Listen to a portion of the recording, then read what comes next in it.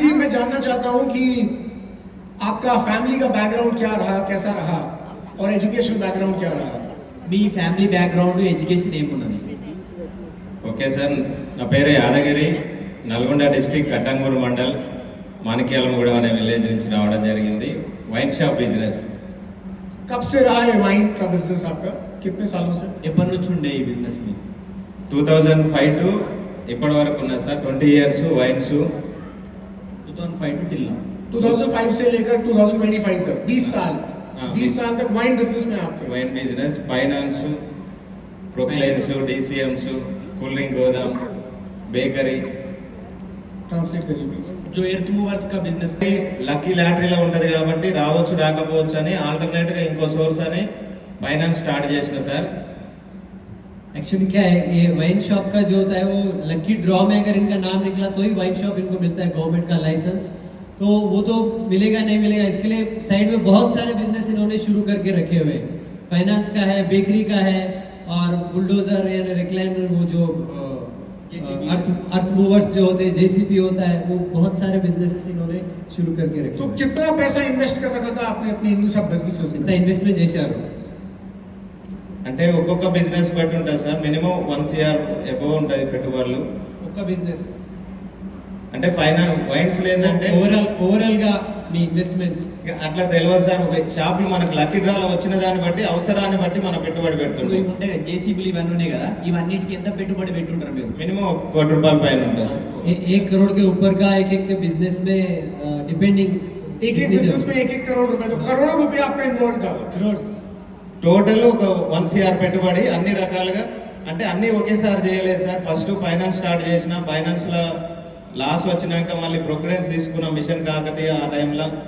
అవి వర్కౌట్ కాక మాకే వైన్ షాప్లు ఎక్కువ వచ్చి ఉండే అప్పుడు డీసీఎంస్ తీసుకున్న, అవి తీసేసి డీసీఎంల తర్వాత ఒకటి కూల్ డ్రింక్ గోదాం స్టార్ట్ చేసిన, జిఎస్టీ పైన బెంగళూరుకి వెళ్ళి ఇట్లా తెప్పించి. ఆ తర్వాతకి ఏంటంటే అది కూడా వర్కౌట్ కాలేదు కరోనా టైంలో. ఆ తర్వాత ఈవీ ఫ్యూచర్ ఉంటుందనే ఆలోచనతోటి నల్గొండలో ఒకటి ఈవీ షోరూమ్ పెట్టిన, 2 వీలర్. అది కూడా సెట్ కాలేదు. నార్కట్పల్లి కామినేని హాస్పిటల్ దగ్గరలో ఒక బేకరీ స్టార్ట్ చేసిన, జూప్ కేప్ అని ఫ్రాంచైజ్. ఇట్లా మారుస్తున్నాం సార్. జూప్ కేప్ స్టార్ట్ కాకముందుకు ఒక 10 days ముందు శంకర్ సార్ ప్లాన్ చెప్పడం జరిగింది. యాక్చువల్గా వాళ్ళది మా మండలం, మా స్కూల్ జూనియరు. ఆయన బెల్ షాప్ ఉంటుంది, మాకు వైన్ షాప్ ఉంటుంది. నెంబర్ ఫీడింగ్ ఉండే. స్టేటస్లో థాయిలాండ్ ఫోటో చూసి November 22 నేనే కాల్ చేసిన. యాక్చువల్గా మా వైన్ షాప్లో నుంచి ట్రిప్స్ వస్తుంటే నేను ఫారెన్ ట్రిప్స్ వెళ్ళిన, థాయిలాండ్ కూడా 2 times వెళ్ళిన అంతకుముందు. అట్లా శంకర్ ఏంది ట్రిప్ పోయిందంటే, అన్న నేను వచ్చి కలుస్తా అన్నాడు. ఏందో చెప్పంటే ఇట్లా ఐటమ్స్ ఉంటాయని పేరు చెప్తే నేను కలవనీకి టైం ఇవ్వలేదు. బలవంతంగా ఫ్యామిలీతో వచ్చిండు, ఇంటి పక్కన ఉన్నా అన్నాడు. అంటే ఇక ఎట్లయినా చెప్పాలి కదా అని చెప్పేసి, టైం ఇవ్వాలని చెప్పేసి ప్రోడక్ట్ చూసినాం. పర్లేదు శంకర్ తీసుకుంటా అని చెప్పినాం సార్. అట్లా సార్. तो ये पहले फाइनेंस का November 9 రోజు ప్లాన్ చెప్పారు సార్. నేను ఒక 10 days పట్టించుకోలేదు. అక్కడ నల్గొండలో ఒకటి కంపెనీ ట్రైనింగ్ అయింది, హోటల్ మనోరమల. అక్కడ అన్న ప్లీజ్ ఇది ఒక్క రోజు రా అని రిక్వెస్ట్ చేసి అక్కడికి వెళ్ళాం. అక్కడ అందరు లీడర్స్ ఉన్నారు, పర్లేదు చేసుకుంటే బాగుంటుందేమో అనిపించింది. ఒక 10 days తర్వాత మళ్ళీ November 22, 23 టైంలో కర్మన్ఘట్ వచ్చినాం సార్. మన పురుషోత్తమ దాస్ సార్ని కల్పించి శంకర్ సార్ యొక్క చెక్ చూపించారు. 10,63,000 ఉంది ఆ రోజు. ఆ చెక్ చూసి కనెక్ట్ అయినా. శంకర్ సార్కి 7,000 ఉండే. అప్పుడు నేను పట్టించుకోలేదు. మినిమం ఒక 10 members పైన వర్కర్స్ ఉండేది నా దగ్గర. నేనే 20,000, 30,000 ఒక్కొక్కరికి శాలరీలు ఇచ్చేది. ఆయన 7,000 చెక్ చూసి నేను కనెక్ట్ కాలే. ఇక్కడికి వచ్చినాక దాస్ సార్ చెక్ చూసి ఆ 10,63,000 చూసి, నెలకు 10 లక్షలు వస్తాయో మన బిజినెస్లో, కానీ పర్మనెంట్గా రావు, ఎప్పుడు వచ్చేది ఎప్పుడు పోయేది తెలియదు. మనం అనుకున్నంత చిన్న బిజినెస్ కాదు, ఫ్యూచర్ ఉంటుందని ఆ రోజు అర్థమైంది సార్. అదే నెలలో 7 రోజులలో సిల్వర్ డైరెక్టర్ కంప్లీట్ చేసుకున్న ఫస్ట్ మంత్. సో మనము అందుకనే మీటింగ్స్ మెగా సిఓలలో ఇన్వైట్ చేయాలి, ఈడిఎస్ లో ఇన్వైట్ చేయాలి. అందుకనే మనం ఐడియా టు ఇన్కమ్ లో ఇన్వైట్ చేసినప్పుడు, ఇట్లా లీడర్స్ ని కలిసినప్పుడు, సో వాళ్ళకి నమ్మకం వచ్చినప్పుడు వాళ్ళు బిజినెస్ ని స్టార్ట్ చేయడానికి ఛాన్స్ ఉంటుంది. आपके पास पैसे की कमी नहीं थी, మీ దగ్గర పైసలకి ఏం తక్కువ లేదు. ఆ టైంలో ఆల్రెడీ ఇబ్బందులు స్టార్ట్ అయినాయి సార్. ఇబ్బందులు స్టార్ట్ అయినాయి కరోనా టైంలో. మా మేడం మిషన్ కుట్టుకుంటా అని చెప్పేసి స్కీమ్ ఉండే కదా సార్ గవర్నమెంట్ నుంచి. మిషన్ నేర్చుకుంటానే ఒక 1 month వెళ్ళింది. బ్యూటీ పార్లర్ నేర్చుకుంటాను 1 month వెళ్ళింది. అట్లా ఏదో ఒకటి చేసుకునే ఆలోచనలో ఉన్నాం. మొత్తానికైతే ఇబ్బందులు స్టార్ట్ అయినాయి. అట్లా बेसिकली कोरोना टाइम में इनका सिचुएशन खराब शुरू हो गया था, खराब होना शुरू हुआ तो उनकी मैडम कपड़े सीने का कुछ ट्रेनिंग लेने के लिए गए, ब्यूटी पार्लर का ट्रेनिंग लेने के लिए गए, तो कुछ तो क्योंकि कोरोना टाइम में सिचुएशन खराब हो चुका था. आपको वाइन बिजनेस में बहुत नुकसान भी हुआ था. వైన్ షాప్ లో మీకు చాలా లాస్ అయిందా? వైన్ షాప్లో ఏంటంటే సార్ లక్కీ లాటరీ కాబట్టి సింపుల్గా ఏంటంటే పేకాట టైప్ ఉంటుంది. ఆ టెండర్లు వేసేటప్పుడు ఎక్కడ పుడితే అక్కడ ఇంకొకటి మినిమం 2 lakhs, మన అయితే 3 lakhs ఈచ్ టెండర్ ఉండే. అట్లా మినిమం ఒక 10 members ఉండి ఒక్కొక్కరు ఒక 10, 12, 15 టెండర్లు వేసేది. సింగిల్ డే 20 lakhs, 25 lakhs పోయిన రోజులు కూడా ఉన్నాయి. वो क्या है कि टेंडर होता है और टेंडर की फीस ही होती है 2 लाख 3 लाख रुपए, तो 10-12 टेंडर ये डालते हैं, कहीं ना कहीं तो लग जाएगा. तो वो तो नहीं लगा तो एक ही दिन में 20-20 लाख भी चले जाते हैं. उस तरीके का लॉस होता है उसमें. तो फिर आपको वेस्टीज बिजनेस क्यों अट्रैक्ट किया? इतना बड़ा बिजनेसमैन जिसने 4-5 अलग-अलग तरीके के बिजनेस किए हैं, फिर वेस्टीज बिजनेस में आपको इन्वेस्टमेंट तो नहीं लगती, पर आपको लोगों के पास जाना पड़ता है, लोगों को टच करना पड़ता है, प्लान दिखाना पड़ता है, प्रोडक्ट्स का डेमो करना पड़ता है, लोगों को बुलाना पड़ता है, फोन करना पड़ता है. आपको ऐसा नहीं लगा कि ये बिजनेस में कैसे कर पाऊंगा? మీరు చాలా పెద్ద పెద్ద బిజినెస్ లో మీకు పరిచయం ఉన్నాయి కదా, అన్ని పరిచయం ఉన్నాయి, కానీ మీకు బిజినెస్ ఈ బిజినెస్ చేయాలని ఇంట్రెస్ట్ ఎందుకు వచ్చింది? అరే అంటే ఎందుకంటే జనాలకు చెప్పాలి, మాట్లాడాలి, ఫోన్ చేయాలి, కలవాలి, ప్లాన్ చెప్పాలి, డెమో చెప్పాలి, ఇవన్నీ చిన్న చిన్న పనులు అనిపించలేదా మీకు? ఆ రోజు దాసాన్ని కలిసినప్పుడు సార్ ఒకటే మాట అన్నారు, సార్ మీరు పని చేస్తే వస్తాయేమో పైసలు, ఈ రోజు నేను పని చేయకున్నా కూడా పైసలు వస్తాయని చెప్పారు. ఆ ఒక్క మాటకు నేను కనెక్ట్ కావడం జరిగింది.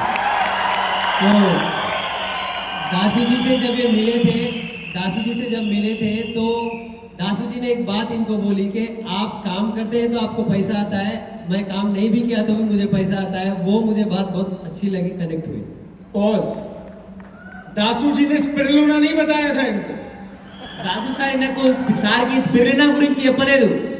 दासू जी ने ये नहीं बोला था घुटने ठीक करता हूं मैं. దాసు సార్ నాకు మోకాలు నొప్పులు తక్కువైతే అని నేను చెప్పలేదు. दासू जी ने ये नहीं बताया था वजन कम करता हूं मैं. దాసు సార్ ఏంటి ఇది వెయిట్ తక్కువ కావచ్చు అని చెప్పలేదు. दासू जी ने शैम्पू नहीं बताया था. దాసు సార్ షాంపూ గురించి చెప్పలేదు. दासू जी ने दिल से दिल की बात कही थी. దాసు సార్ మనసు నుంచి మనసులో మాట చెప్పిండు.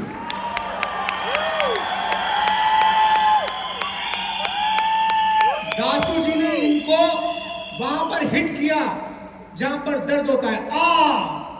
దాసు సార్ ఎక్కడైతే కొట్టాలో పెయిన్ వస్తుందో అక్కడ కొట్టిండు కాబట్టి ఈ రోజు సార్ ఇక్కడ ఉన్నాడని చెప్పి बोलो ఆ పెయిన్ఫుల్ పాయింట్ ని టచ్ చేసినందుకు సార్కి అనిపించింది, అందుకనే బిజినెస్ లో ఉన్నాడు. అనిపించింది. अभी दर्द हुआ इसको. हमें बॉल वो डालनी है जिससे सामने वाला आउट हो जाए. మనం బాల్ ఎట్లా వేయాలంటే ఎదురున్న వ్యక్తి అవుట్ కావాలి, అట్లాంటి బాల్ వేయాలి మనం. अभी हम बॉल डालते हैं वो छक्का मार देता है. మనం బాల్ వేస్తాం, వాళ్ళు 6 కొట్టేస్తారు. अब बॉल वो डालनी है सामने वाले को जिससे वो आउट हो जाए. वो बैट लेके खड़ा है, आउट, स्टंप, बोल्ड. సో ఎట్లాంటి బాల్ వేయాలంటే మనం బాల్ వేస్తే అవుట్ కావాలి, స్టంప్ అంటే వికెట్లు పడిపోవాలి, అట్లాంటి బాల్ వేయాలి, సైడ్ గా వెళ్ళిపోవాలి, అట్లాంటి బాల్ మనం వేయాలి. दासू जी ने यादगिरी जी को बॉल ऐसी डाली, ये आउट हो गए. దాసు సార్ ఎట్లాంటి బాల్ వేసిండంటే యాదగిరి సార్ అవుట్ అయిపోయింది, అట్లాంటి బాల్ వేసిండు. यही वो कारण है इन्होंने उनका ड्राइविंग फोर्स जगा दिया. సో ఇదే రీజన్ సార్ యొక్క డ్రైవింగ్ ఫోర్స్ ని, అంటే ఏదైతే పని చేయడానికి కారణం ఉందో దాన్ని సారు పెంపొందించిండు అన్నమాట. अब वो हमेशा इस बात के लिए चार्ज्ड अप रहेंगे कि मुझे इतना बड़ा ऑर्गेनाइजेशन क्रिएट करना है कि मैं काम ना भी करूं तो भी मुझे पैसा आता रहे. సార్కి ఇప్పుడు ఎట్లా ఉంటది అంటే సార్కి ఎప్పుడు ఒకటే దాని గురించి పని చేస్తాడు. ఎందుకు అని అంటే దేనికోసం పని చేయగలుగుతాడు అంటే, అరే నేను పని చేయకుండా కానీ పైసలు రావాలి, దానికోసం నేను పని చేస్తున్నా అని సార్ ఎప్పటికీ పని చేయగలుగుతాడు అనమాట. ఆ రీజన్ కోసం అంత పెద్ద బిజినెస్ ని క్రియేట్ చేయగలుగుతాడు. Follow up to the last night session. कल रात जो हमने सुना कि हमें एक ऐसा ड्राइविंग फोर्स चाहिए जो हमें इस बिजनेस में आने वाले 25 से 50 सालों तक जगा कर रखे, वो है driving force, real driving force. So last మనం రాత్రి విన్నాం కదా సెషన్, ఆ సెషన్ గుర్తు తెచ్చుకోండి. మనకు రీజన్ కావాలి, ఒక కారణం కావాలి. ఇప్పుడు నుంచి దాదాపు 25 నుంచి 50 సంవత్సరాల వరకు మనల్ని బిజినెస్ లో ముందుకు తీసుకుపోయే ఏదైతే కారణం ఉందో ఆ కారణం మీకు కావాలి ఈ బిజినెస్ లో మీరు ముందుకు పోవడానికి. आपका लेवल क्या हो गया है यादगिरी जी? लेवल ए यूसीडी सर कितने टाइम में? November 22 to sir 3 years 3 years में यूसीडी हो गया. లేలే ఎన్ని రోజుల్లో మీరు యూసీడీ అయ్యారు? 13 మంత్స్ సార్ 14 నెలలు 13 నెలల క్రౌన్ అయినా 14 నెలల UCD 14 months 14 months UCD. 13 months में क्राउन और 14 मंथ्स में यूसीडी. वाह. और चेक कितना हो गया है? Check. हाईएस्ट चेक 1,62,000 ఉంది sir 1,62,000 1,62,000. Thank you Yadagiri ji, thank you. मैं चाहूंगा आप संदीप खिलाड़ी जी को माइक दे दीजिए. संदीप खिलाड़ी जी पुणे से आते हैं. यस. संदीप जी हमारे बीच पुणे से आए हैं और संदीप जी हिंदी में बात करेंगे मराठी में? हिंदी में बात करेंगे. ट्रांसलेशन के लिए यहाँ पर चरण जी हैं, भरत है. तो ऐसा करते हैं कि हिंदी टू तेलुगु भरत और तेलुगु टू हिंदी चरण जी, ऐसा कर लेते हैं. राइट. सो संदीप जी आपके बैकग्राउंड के बारे में बताइए. సారు आपके- పుणे నుంచి వచ్చిండు. సార్ బ్యాక్గ్రౌండ్ అడుగుతున్నారు. आपकी एजुकेशन क्वालिफिकेशन के बारे में बताइए, फैमिली बैकग्राउंड के बारे में बताइए. मेरा 10वीं तक मेरा कॉलेज गया था 11वीं 1 साल सिर्फ. लेकिन आगे घर की सिचुएशन नहीं थी आगे पढ़ने की, तो वहाँ तक ही स्टॉप कर दिया. और घर की सिचुएशन क्या थी वो हाँ, बताइए. मतलब जन्म कहाँ हुआ आपका और कैसी परिस्थिति में हुआ? हमारे महाराष्ट्र में सातारा जिला करके डिस्ट्रिक्ट है, उसमें एक छोटा सा गांव है वाकेश्वर करके, वहाँ मेरा जन्म हुआ. और मैं 6ठी क्लास में था तो मेरे और मेरा छोटा भाई है दोनों, वो 4th में था और मैं 6 में था. तो मेरे माँ बाप गुजर गए उसी टाइम. कैसे दोनों एक साथ चले गए या पहले माँ फिर पिताजी. कितने समय में? 3-4 साल के बीच रहा होगा वो. तो आप 6th स्टैंडर्ड में थे तब कौन गया? हाँ 6th स्टैंडर्ड में था तब माँ और 2-3 साल के बाद पिताजी. कैसे? माँ को पैरालिसिस हो गया था और पिताजी ड्रिंक करते थे ज़्यादा. సో సారు పూణే నుంచి వచ్చిండ్రు. పూణే నుంచి ఈ బిజినెస్ చేస్తున్నారు. సో సార్ 10th క్లాస్ వరకు చదువుకున్నారు. ఎందుకు చదువుకోలేదు అని సార్ అడిగితే ఎట్లాంటి బ్యాక్గ్రౌండ్ నుంచి మీరు వచ్చిండ్రు అని అంటే, సార్ వాళ్ళ అమ్మ సార్ చిన్నగా ఉన్నప్పుడు అంటే 6th క్లాస్ ఉన్నప్పుడు, ఈయన సార్ 6th క్లాస్ ఉన్నారంట, వీళ్ళ తమ్ముడు 4th క్లాస్ ఉన్నారంట. అప్పుడు వీళ్ళ అమ్మ చనిపోయిండ్రు. దాని తర్వాత 2 సంవత్సరాల తర్వాత వీళ్ళ నాన్న చనిపోయిండ్రు. అమ్మనేమో పెరాలిసిస్ తోని చనిపోయిండ్రు, నాన్ననేమో బాగా తాగుతుండే తాగుడుకు అలవాటై చనిపోయిండు. तो आप और आपके भाई अनाथ हो गए थे మీరు हाँ स्कूल में ही. यस. तो फिर कैसे जिंदगी आगे बढ़ी? तो मेरे माँ की जो छोटी बहन है मौसी मेरी, तो उन्होंने हम दोनों के लिए ससुराल जाना छोड़ दिया. సో वो आपके साथ रहने लगी? हाँ मतलब मेरे माँ के घर, मेरी नानी माँ की माँ, उनके साथ मैं, मेरा भाई और मेरी मौसी और मेरे नाना जी, ऐसे 5 लोगों का फैमिली हमारे वहाँ एक साथ रहते थे.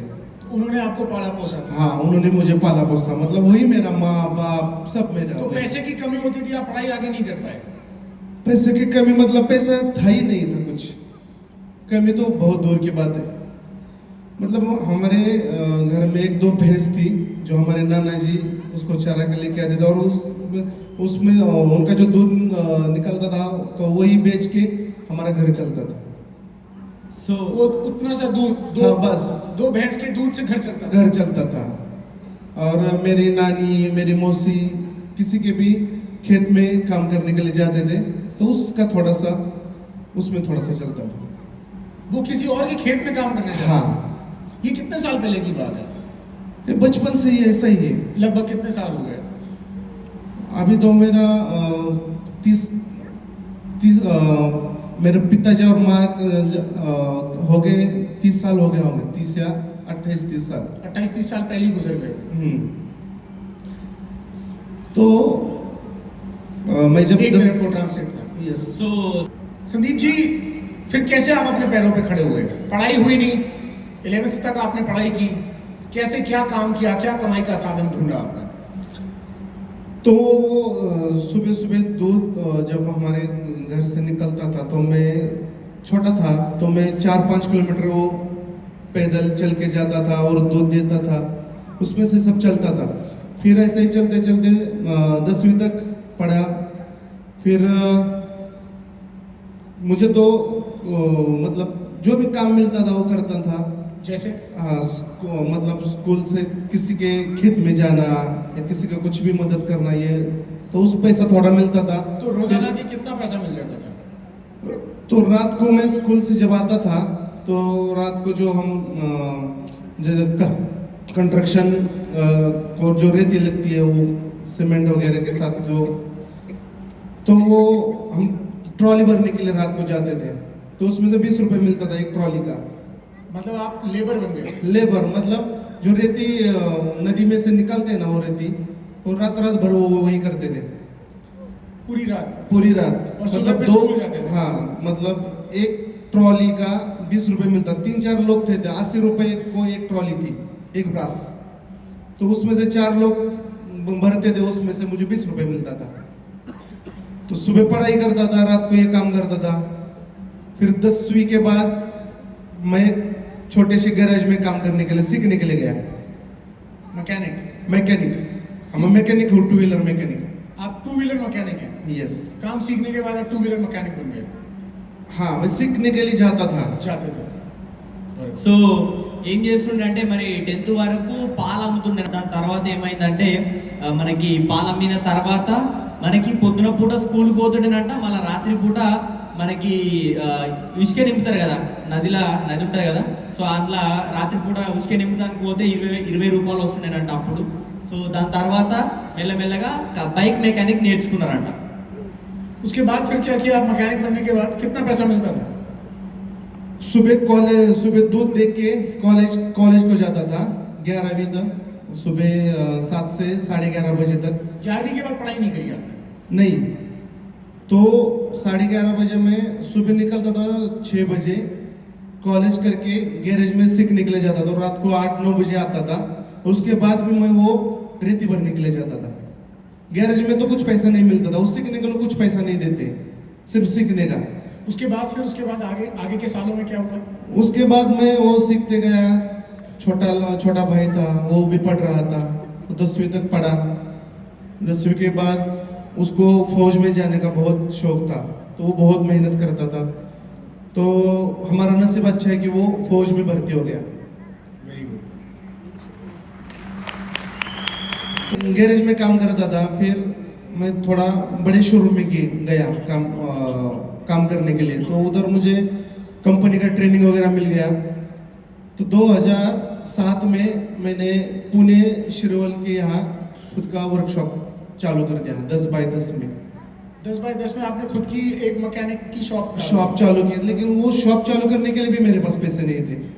तो मेरे नानी ने वो एक भैंस थी, वो जो बेची थी, उसका 7,000 रुपये आया था। वो पोस्ट ऑफिस में उसका एफडी किया था, तो वो भी एफडी कैंसिल करके वो 7,000 रुपये निकाल के मैंने वो वर्कशॉप डाला था। तो वो भी भंगार से किधर से जो भी मटेरियल मिलता था अच्छा वो निकाल के उसमें से बनाया था। సో वर्कशॉप में मतलब सीखने में 5-6 साल गए। खुद काम करते थे आप? हाँ, सीखने के लिए 5-6 साल गए। और ऐसी सिचुएशन आई 2007 में, मुझे वर्कशॉप में डालना था। भाई भी फौज में भर्ती हो गया। लेकिन वो सिचुएशन ऐसी थी सर कि वो ट्रेनिंग के लिए जा रहा था और उस टाइम मेरे पास पैसे नहीं थे। और जिस एकेडमी में उसको सीखने के लिए भेजा था, उधर 80,000 रुपये मुझे भरने थे उस टाइम। और जब मेरे पास कुछ भी नहीं था, वो भैंस को बेच के ही मैंने वर्कशॉप डाला था। वर्कशॉप नया था, तो शुरू में कस्टमर तो थोड़ी आएंगे स्टार्ट में। तो ऐसे करते करते लोगों से अच्छा मतलब संबंध थे, उन्होंने थोड़ी मदद करते वो पैसा मैंने इकट्ठा किया और वो एकेडमी भर के वो ट्रेनिंग के लिए चला गया। लेकिन ट्रेनिंग के लिए जा रहा था तो मेरा फर्ज था कि उसको 2-4-5 हज़ार खर्चा करने के लिए दे दूँ, लेकिन मेरे पास 1 भी रुपये नहीं था। जो भी 1,000-1,200 रुपये थे मैंने उसको दे दिए। मैं उसको बोला तू आ जा, फिर बाद में मैं तुमको पैसा भेजता हूँ। अभी मैं ऐसे सिचुएशन में था कि वो वर्कशॉप ही चलाना है, वहाँ तो कस्टमर ने शुरुआत स्टार्ट था और मेरे नाना जी वो भी गुजर गए थे उस सिचुएशन में। तो वो जो भैंस थी वो भी उसको पालने के लिए भी घर में अभी कोई नहीं है, वो भी बेच दिया। अभी मुझे घर भी चलाना है, भाई को पैसा भी भेजना है, वर्कशॉप भी चलाना है। तो उस सिचुएशन इतना खतरनाक था कि कभी कभी मैं 2-2, 3-3 दिन ऐसे ही भूखे सोता था। कभी कभी एक वड़ा पाव खाता था, नहीं तो एक पार्ले का बिस्किट लाके पानी में डुबो के खाता था, कि कस्टमर भी नहीं था। कितने साल फिर आपको हुए वर्कशॉप चलाते हुए हो? कितने साल तक वर्कशॉप चलाया? तब थोड़ा चलने भी लगा होगा, कुछ कमाई भी होने लगी? थोड़ा थोड़ा चलने लगा। फिर कितने साल चलाया? अभी तो मैं वर्कशॉप भी मैंने 2007 में शुरू किया, तो ऐसा 1 साल 2 साल सिचुएशन होते होते गया, उसका ट्रेनिंग कंप्लीट हो गया। तो फिर थोड़ा उस पैसा मेरा भी अच्छा चलने लगा, उसका भी ट्रेनिंग चल रहा था। फिर वो थोड़ा पैसा भेजने लगा ट्रेनिंग के बाद। कितने साल वर्कशॉप कितने साल चली? 2007 से मैंने वहाँ शुरू किया, तो 3-4 साल ऐसे ही चलता रहा। ओके। 2011 तक अच्छा सा मेरा वहाँ सेटल हो गया। मैं बहुत लोगों को पता चल गया कि अच्छा मैकेनिक है, ईमानदार है, काम हमारा इंडस्ट्रियल एरिया है total, MIDC area. Vestige business कब आया आपकी जिंदगी? वेस्टिज बिजनेस मेरे पास आया 2021 2021 में आया। 21 में। आपने पहले कभी डायरेक्ट सेलिंग की है? नहीं। कोई डायरेक्ट सेलिंग नहीं करी। 2021 मतलब कोविड के टाइम पर आया। हाँ, कोविड खत्म होने को आया था। कौन लेकर आया? मेरे मेरा दोस्त नितिन सोनोनी अच्छा, वो आपके दोस्त हैं? दोस्त है। तो उन्होंने क्या दिखाया आपको, क्या बताया? आप सोचिए तब तक एक बार ट्रांसलेट कर। So, कुछ 1 साल से लगे हुए थे कि आ जाओ, एक बिजनेस है अच्छा। तो मुझे पता था, हम दोनों क्रिकेट खेलते थे। मैं स्ट्राइक में खेलता था, वो नॉन स्ट्राइक में खेलते थे। और मुझे पता था रोज खेलने के बाद एक वड़ा पाव भी आधा खाते थे, इतना क्लोज थे। मेरे पीछे लगे होते 1 साल से, लेकिन मैं बोला मुझे नहीं करना है, क्योंकि रोज का 200, 300, 400, 500, 1000 रुपये मिलता था। तो वही मेरे दिमाग में था। लेकिन 1 साल के बाद जब उनका 10 लाख का गाड़ी आया बिजनेस से, तो उन्होंने कुछ नहीं किया, ये मेरे वर्कशॉप पे सिर्फ हॉर्न बजाया। और मुझे पता था उसके पास तो गाड़ी नहीं है और उसको बाइक भी नहीं चलाना था, सिर्फ वो लेडीज बाइक चलाते हैं। तो ये मैं बोला किसका गाड़ी है, मैं सर्विसिंग कर रहा था गाड़ी का, वो पीछे से हॉर्न बजाया, मुझे लगा कोई और होगा, लेकिन वो बार बार हॉर्न बजा रहा था। मुझे थोड़ा गुस्सा आ गया। मैं बोला यार क्यों बहुत जोर से हॉर्न बजाओ। मैं उठ के देखा तो वो पीछे उन्होंने ग्लास नीचे लिया, तो मैंने देखा यार, ये बोला किसका गाड़ी लेके आया तू? तो बोला मैं तेरे को 1 साल से बता रहा हूँ, उसी बिजनेस से आया। पॉज। नितिन जी ने हॉर्न दबाया। नितिन जी एक बार कहाँ है, खड़े हो जाइए, एक बार स्पॉटलाइट मारना। नितिन जी कहाँ है? हाथ खड़ा कीजिए। पीछे पीछे पीछे है थोड़ा सा। अच्छा, अगर स्पॉटलाइट जा रही है, कैमरा जा रहा है, तो दिखाना एक बार नितिन जी को। नितिन जी उधर है, हाँ वो स्पॉटलाइट पे उधर। नितिन जी ने हॉर्न मारा और संदीप जी को वो हॉर्न भी पेन को जगाने का काम किया। हॉर्न ने, एक सिंगल हॉर्न ने। नितिन जी कोई प्रोडक्ट्स थोड़ी लेकर आए थे आपके पास, नितिन जी सपना लेकर गए थे उनके पास कि मेरी गाड़ी आ सकती है तो तुम्हारी भी आ सकती है। तो संदीप जी फिर आपने सीरियस हुए आप, ప్లీజ్ సార్. సో సార్కి ఎట్లనే ఒక రోజు మెకానిక్ షాప్ లో పని చేస్తుంటుంటే असली कहानी तो थोड़ी आगे है। नहीं, थोड़ा सा शॉर्ट करना पड़ेगा, समय हमारे पास बहुत कम है, 2 मिनट हमारे पास है, 2 मिनट तो में उन्होंने मुझे वो गाड़ी का सेलिब्रेशन के लिए बुलाया। मुझे उस टाइम में उन पर भरोसा नहीं हुआ। मैं बोला किसी का लेके आया होगा मुझे बिजनेस में लाने के लिए, नाटक कर रहा होगा। तो उन्होंने मुझे बुलाया, तो मैं गया, तो उधर 100-150 लोग आए हुए थे। वो बहुत डांस बेंस कर रहे थे वो गाड़ी के सेलिब्रेशन में। तो मैंने सब देखा, मैकेनिक के कपड़े भी पर ही मैं उधर गया था। तो मैंने देखा, तो सब हो गने के बाद मैंने उसको बोला अब क्या करना है, बोले, और मुझे भरोसा हो गया।